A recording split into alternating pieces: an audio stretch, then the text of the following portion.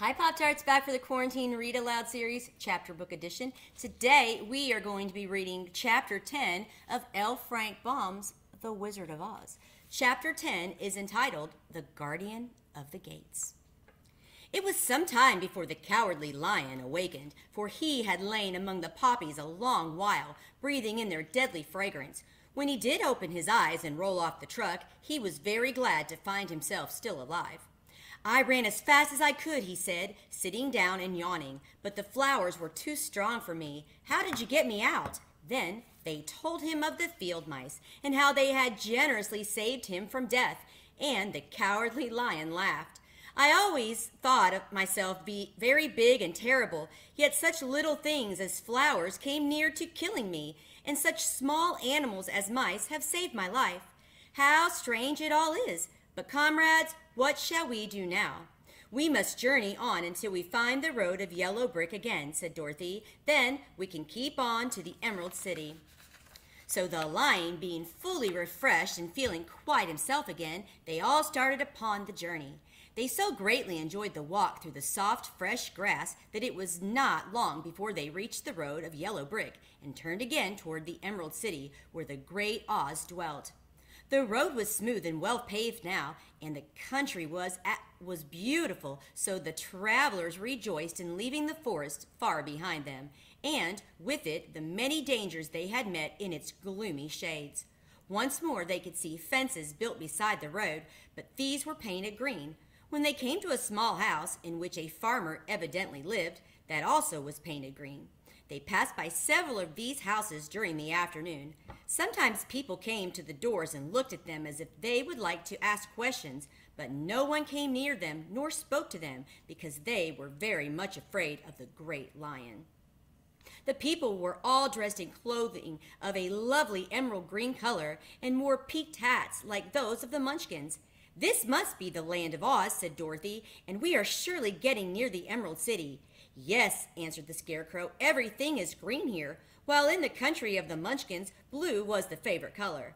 But the people do not seem to be as friendly as the Munchkins, and I'm afraid we shall be unable to find a place to pass the night. I should like something to eat besides fruit, said the little girl, and I'm sure Toto is nearly starved. Let us stop at the next house and talk to the people. So when they came to a good-sized farmhouse, Dorothy walked boldly up to the door and knocked.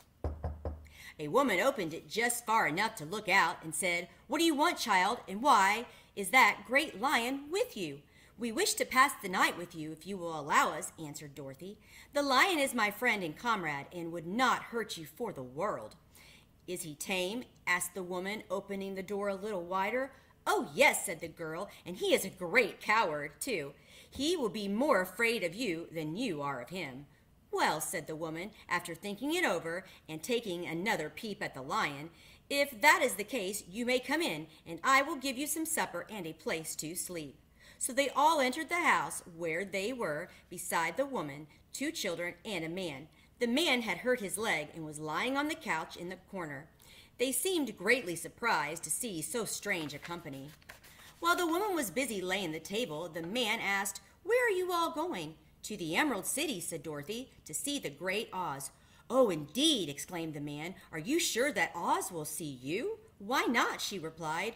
"Why, it is said that he never lets anyone come into his presence. I have been to the Emerald City many times, and it is a beautiful and wonderful place. But I have never, ever been permitted to see the great Oz, nor do I know of any living person who has seen him." "Does he ever go out?" asked the Scarecrow. "Never. He sits day after day in the great throne room of his palace, and even those who wait upon him do not see him face to face." "What is he like?" asked the girl. "Well, that is hard to tell," said the man thoughtfully. "You see, Oz is a great wizard, and can take on any form he wishes, so that some say he looks like a bird, and some say he looks like an elephant, and some say he looks like a cat. To others he appears as a beautiful fairy, or a brownie, or in any other form that pleases him. But who the real Oz is when he is in his own form, no living person can tell." "That is very strange," said Dorothy, "but we must try in some way to see him, or we shall have made our journey for nothing." "Why do you wish to see Oz?" asked the man. "I want him to give me some brains," said the Scarecrow eagerly. "Oh, Oz could do that easily enough," declared the man. "He has more brains than he needs." "And I want him to give me a heart," said the Tin Woodman. "That will not be trouble to him," continued the man. "Oz has a large collection of hearts, all sizes and shapes." "And I want him to give me courage," said the Cowardly Lion. Oz keeps a great pot of courage in his throne room," said the man, "which he has covered with a golden plate to keep it from running over. He will be glad to give you some. And I want him to send me back to Kansas," said Dorothy. "Where is Kansas?" asked the man with surprise. "I don't know," replied Dorothy sorrowfully, "but it is my home, and I'm sure it's somewhere." "Very likely. Well, Oz can do anything, so I suppose he will find Kansas for you. But first you must get to see him, and that will be a hard task, for the Great Wizard does not like to see anyone, and he usually has his own way.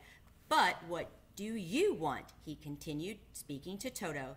Toto only wagged his tail, for, strange to say, he could not speak. The woman now called to them that supper was ready, so they gathered around the table, and Dorothy ate some delicious porridge and a dish of scrambled eggs and a plate of nice white bread, and enjoyed her meal very much. The lion ate some of the porridge, but did not care for it, saying it was made from oats, and oats were food for horses, not for lions. The Scarecrow and the Tin Woodman ate nothing at all. Toto ate a little of everything and was glad to get a good supper again. The woman now gave Dorothy a bed to sleep in, and Toto lay down beside her. While the lion guarded the door of her room so she might not be disturbed, the Scarecrow and the Tin Woodman stood up in a corner and kept quiet all night, although, of course, they could not sleep. The next morning, as soon as the sun was up, they started on their way and soon saw a beautiful green glow in the sky just before them. "That must be the Emerald City," said Dorothy. As they walked on, the green glow became brighter and brighter, and it seemed that at last they were nearing the end of their travels. Yet it was afternoon before they came to the great wall that surrounded the city. It was high and thick and of a bright green color. In front of them and at the end of the yellow brick road was a big gate, all studded with emeralds that glittered so in the sun that even the painted eyes of the Scarecrow were dazzled by their brilliancy.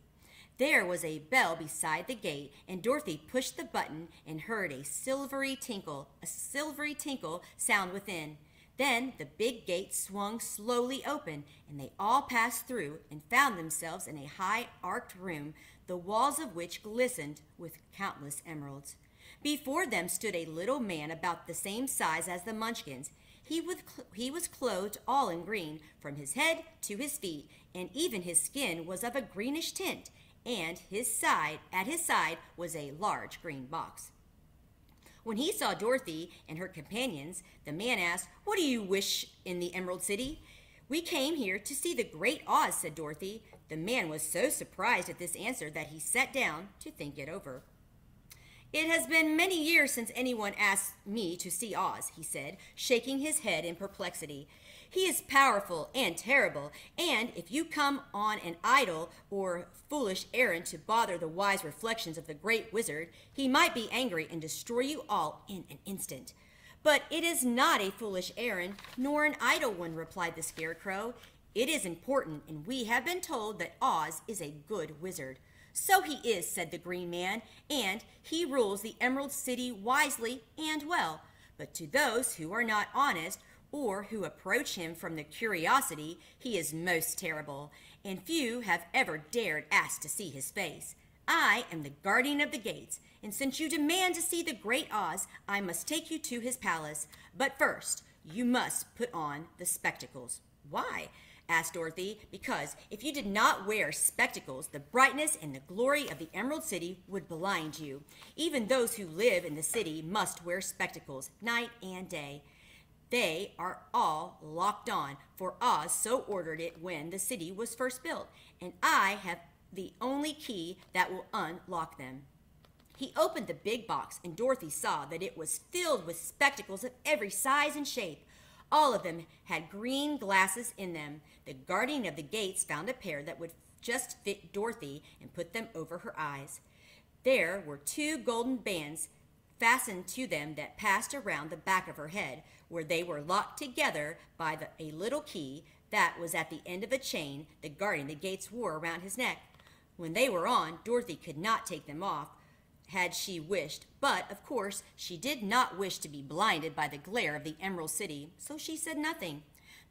Then the Green Man fitted the spectacles for the Scarecrow and the Tin Woodman and the Lion and even on little Toto.